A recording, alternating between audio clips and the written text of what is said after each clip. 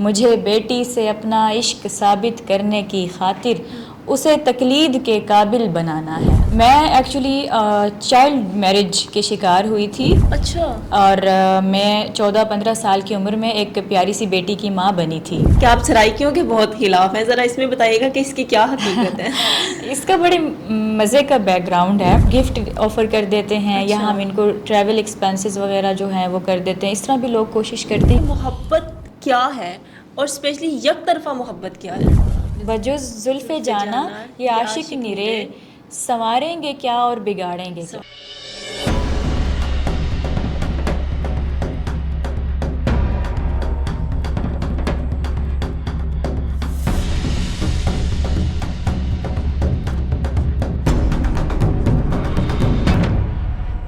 السلام علیکم ناظرین، ساؤتھ پنجاب ڈیجیٹل کے ساتھ میں ہوں آپ کی میزبان رقیہ بٹ.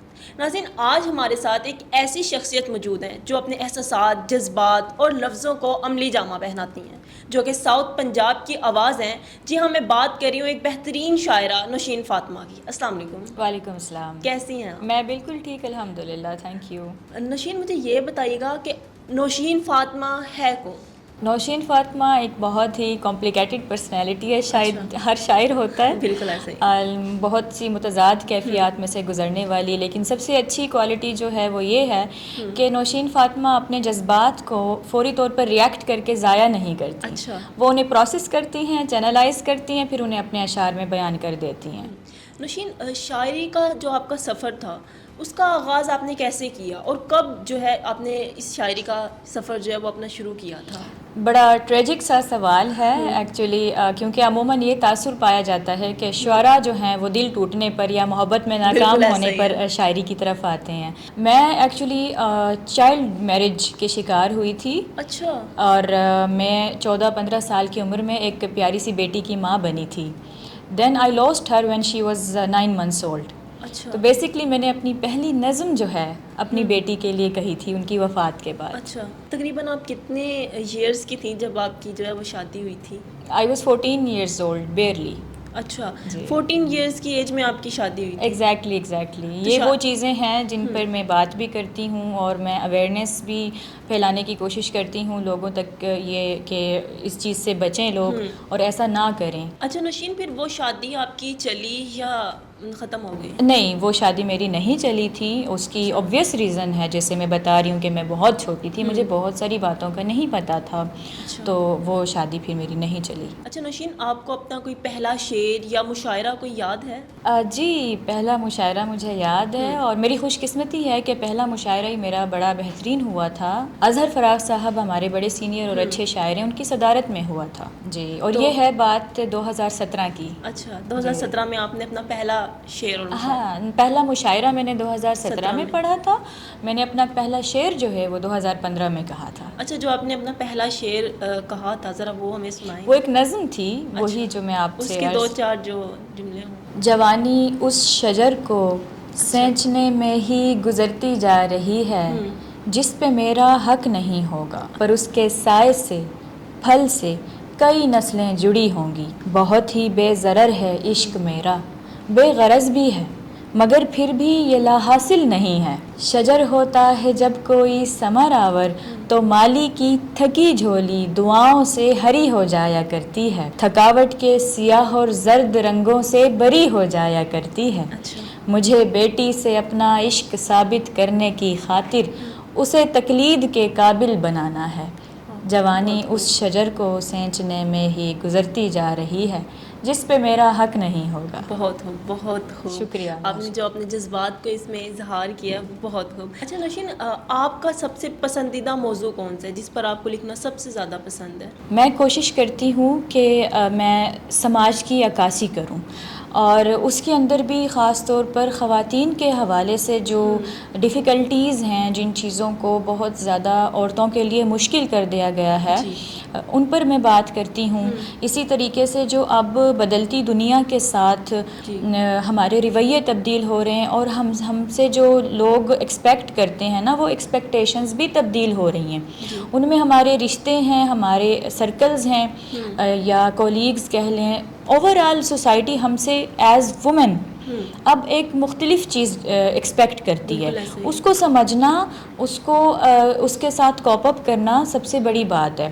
میں مثال کے طور پر اپنا ایک شعر سنانا چاہوں گی. میری ماں نے تو کہا تھا کہ یہ کافی ہوگا، میری ماں نے تو کہا تھا کہ یہ کافی ہوگا، تم کو آ جائے اگر روٹی بنانے کا ہنر. اب ایک دقیق شعر ہے جس میں یہ بتایا جا رہا ہے کہ اب عورت کو ہانڈی روٹی تک اور کچن تک محدود کر دینا کافی نہیں ہے. اس کے اپنے رشتے اور جو سب سے اہم رشتہ ہے اس کے شوہر کا، وہ بھی اس سے اب بہت سی ایسی چیزیں ایکسپیکٹ کرتا ہے جو روایتی طور پر ہمارے گھروں میں موجود نہیں تھیں.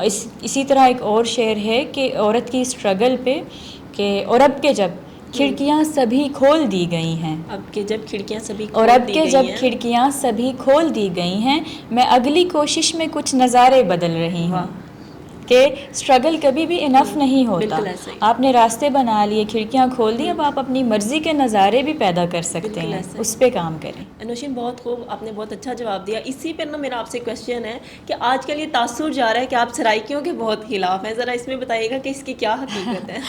اس کا بڑے مزے کا بیک گراؤنڈ ہے. جی. ایک دن یوں ہی بیٹھے بیٹھے ایک میرے دماغ میں خیال آیا اور میں نے وہ سرائکیوں کہہ کر نا اس کو ریکارڈ کر کے اپلوڈ کر دیا. اچھا. اب بیسیکلی میں سرائکی اسپیکنگ ہوں، تو میں اپنے ہی لوگوں کو ایڈریس کر رہی ہوتی ہوں.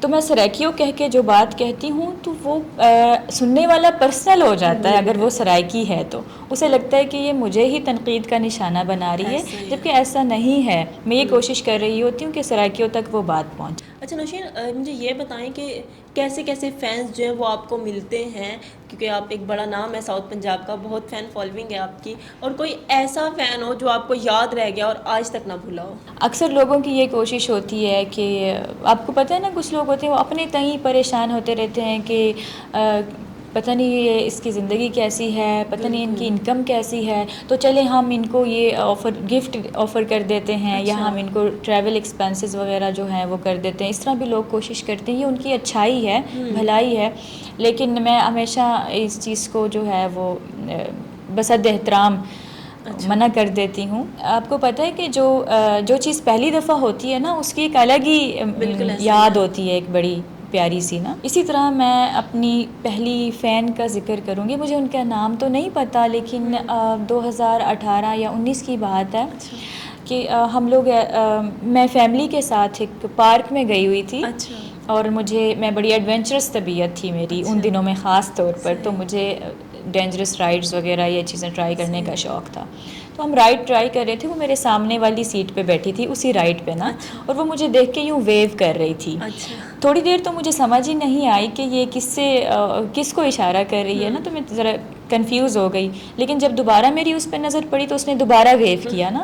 پھر مجھے یقین ہو گیا کہ وہ مجھے ویو کر رہی ہے. پھر میں نے اسے ویو بیک کیا. جب رائڈ ختم ہوئی، ہم لوگ نیچے اترے، تو پھر وہ بھاگ کے آئی میرے پاس. اس نے سیلفی بنائی، پھر اس نے بتایا کہ میں آپ کی فین ہوں. یہ پہلا فین مومنٹ تھا، اس وجہ سے یاد رہ گیا اور میرے لیے ایک اچھی یاد بھی ہے. بہت خوبصورت. اچھا نا، شاعروں کے بارے میں کہا جاتا ہے کہ محبت کا سب سے زیادہ علم ان کو ہوتا ہے. تو نوشین ہمیں یہ بتائے گا کہ محبت کیا ہے، اور اسپیشلی یک طرفہ محبت کیا ہے؟ محبت سیلف لیسنس ہے.